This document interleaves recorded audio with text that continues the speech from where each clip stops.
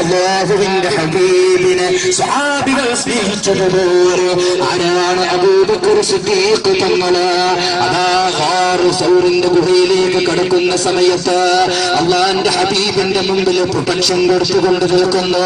വലത്തോട്ട് നോക്കുന്നു, ഇടത്തോട്ട് നോക്കുന്നു, മുന്നോട്ട് നോക്കുന്നു.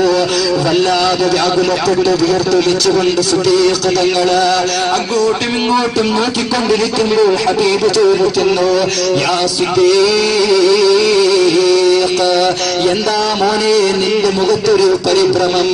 അള്ളാന്റെ ഹബീബേ, ഈ സിദ്ദീഖിന്റെ പെരുമാറും ഒരമ്പ് തറച്ച് വേദന സഹിച്ച് പിടഞ്ഞു വീണ് മരിച്ചാലും അള്ളാഹുവിന്റെ ഹബീബേ, അങ്ങയുടെ നേരൊരു മുള്ളു കൊള്ളുന്ന വേദന പോലും സഹിക്കാൻ എനിക്ക് കഴിയൂല.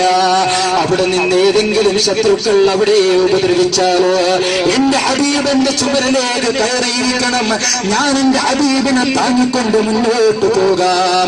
അള്ളാന്റെ ഹബീബിനെ അവർ കറകളഞ്ഞ സ്നേഹമാണ് നൽകിയത്. അറിയില്ലോ നിങ്ങൾക്ക് ഇമാം ബുസൂരി റളിയല്ലാഹു അൻഹു വലിയ കൊട്ടാരം കവിയായിരുന്നു. കൊട്ടാരത്തിലെ രാജാക്കന്മാരെ പ്രകീർത്തിച്ച് പൈസ സമ്പാദിച്ചു കൊണ്ടിരുന്ന വലിയ വലിയ സാഹിത്യകാരനായിരുന്നു ഇമാം ബുസൂരി റളിയല്ലാഹു അൻഹു.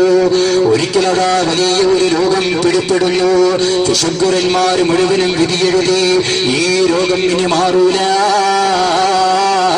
ഈ രോഗത്തിനൊരു മരുന്ന് ഈ ദുനിയാവിൽ കിട്ടൂല. ഈമാനുള്ള മുഹബ്ബീങ്ങൾക്കൊരു ഡോക്ടറുടെ വാക്കിനേക്കാളും വലുത് മഹബ്ബത്തുൻ നബിയാണ്.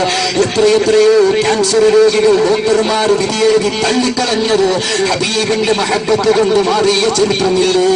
നിങ്ങൾക്കറിയുമോ, ഞങ്ങളുടെ ഈ പ്രാർത്ഥനാ സമ്മേളനത്തിൽ വരുന്ന ഖലീൽ ബുഖാരി തങ്ങള് അവിടുത്തെയുടെ ദുആഇന്റെ ബർക്കത്ത് കൊണ്ട് എത്രയെത്രയോ ക്യാൻസർ രോഗികളുടെ ക്യാൻസറുകളാണ് മാറിപ്പോയിട്ടുള്ളത്. ഡോക്ടർമാരിന് മരുന്നില്ല എന്ന് വിധി എഴുതിയ എത്രയെത്രയോ അസുഖങ്ങള് മഹാനായ തങ്ങളുടെ ബർക്കത്ത് കൊണ്ട് മാറിയ ചരിത്രങ്ങളുണ്ട്. അറിയില്ലോ നിങ്ങൾക്ക് ഖുറാത്തങ്ങള് ഉള്ളാളെ മുത്താപ്പാന്റെ പ്രിയപ്പെട്ട മകന് അവിടുത്തെ ഇവിടെ ചെറിയ ഒരു വെള്ളം മൂടിക്കൊടുക്കുമ്പോ എല്ലാ അസുഖങ്ങളും മാറിപ്പോകുന്ന ചരിത്രം നമുക്കറിയാം. സത്യവിശ്വാസികളെ, മഹാനായ ബുസൂരി ഇമാം റളിയല്ലാഹു അൻഹു അവിടുന്ന് ഒരു രോഗത്തിലും തളർന്നില്ല. ഒരു രോഗി ഒരു ഡോക്ടർമാരുടെ വാക്കിലും വില കൊടുത്തില്ല. അതാ എഴുതാൻ തുടങ്ങി, ആമീൻ താര കൂരിജി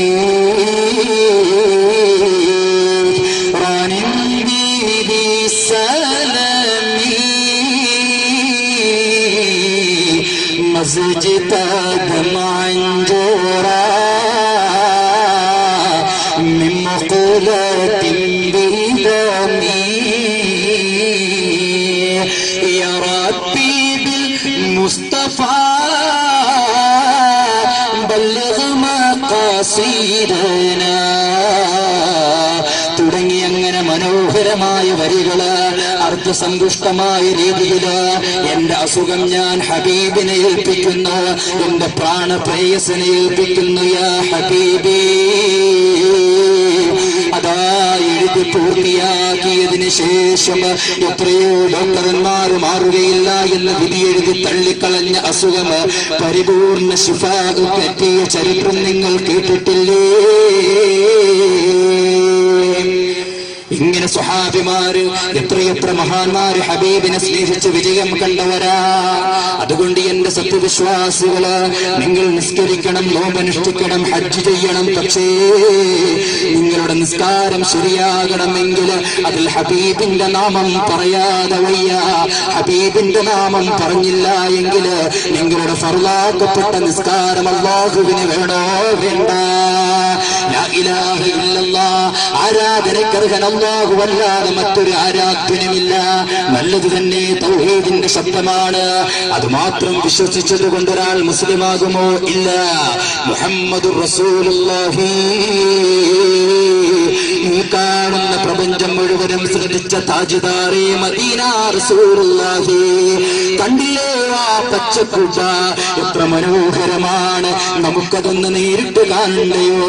അള്ളാന്റെ ഹബീബിന്റെ പച്ചക്കുട്ടയൊന്ന് നേരിട്ട് കണ്ടിട്ട് ഒന്ന് കെട്ടിപ്പിടിച്ച് മുത്തം കൊടുത്ത് സലാം പറഞ്ഞ് നബിയേ എന്നാണ് ഞങ്ങൾക്ക് ആ സൗഭാഗ്യം അവിടുന്ന് നൽകും.